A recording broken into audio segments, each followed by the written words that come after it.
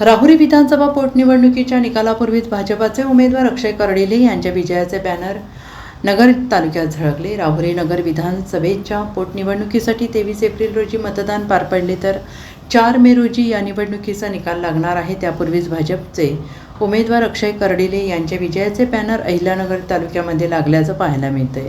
4 मे रोजी निवडणुकीचा निकाल लागणार आहे। त्याच दिवशी अक्षय कर्डिले यांचा वाढदिवस देखील आहे।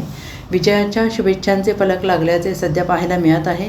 शुभेच्छा फलकावर अजन्म हरण्याचा कुठे सवाल होता, जन्मताच माथी माझ्या गुलाल होता, अशा आशयाचे घोषवाक्य बॅनर लिहिल्याचं पाहायला मिळते। नगर छत्रपती संभाजीनगर महामार्गावर पांढरी पूल या ठिकाणी कार्यकर्त्यांनी लावलेले बॅनर या नागरिकांचे लक्ष वेधून घेत आहे।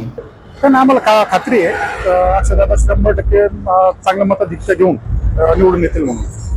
कारण साहेबांनी जवळपास 30 वर्ष राजकारण करत असताना 24 तास त्यांनी जनतेमध्ये राहून काम केलेलं आहे आणि त्यांच्या पावलोपाऊल ठेवून अक्षरशः साहेब गेल्याच्या नंतर 14व्या दिवशी जनता दरबार चालू करून या मतदारसंघामध्ये दिवस रात्र फिरले। हा मतदारसंघ त्यांनी पिंजून काढला आणि साहेबांच्या पावलोपाऊल ठेवूनच अक्षरशः आज काम करतायत। आणि कर्डिले साहेबांनी जी निष्ठावंत कार्यकर्त्यांची फळीची तयार करून ठेवली होती, या निवडणुकीमध्ये त्या सर्व निष्ठावंत कार्यकर्त्यांनी अगदी तळमळीने आणि प्रामाणिकपणाने अक्षरशः काम केलेलं आहे। त्याचबरोबर साहेबांच्या निवडणुकीच्या काळामध्ये जे कार्यकर्ते आमच्या बरोबर नव्हते, ते अक्षरदादाच्या निवडणुकीमध्ये ते त्यांनी सुद्धा आमच्या बरोबर एकत्र राहून काम केलेलं आहे। त्यामुळे आम्हाला 100% खात्री आहे की अक्षरदादा चांगल्या मताधिकाऱ्यांनी निवडून येतील। त्यांनी मनाचा मोठेपणा केला आणि एक चांगला संदेश या महाराष्ट्राला त्यांनी दिलेला आहे।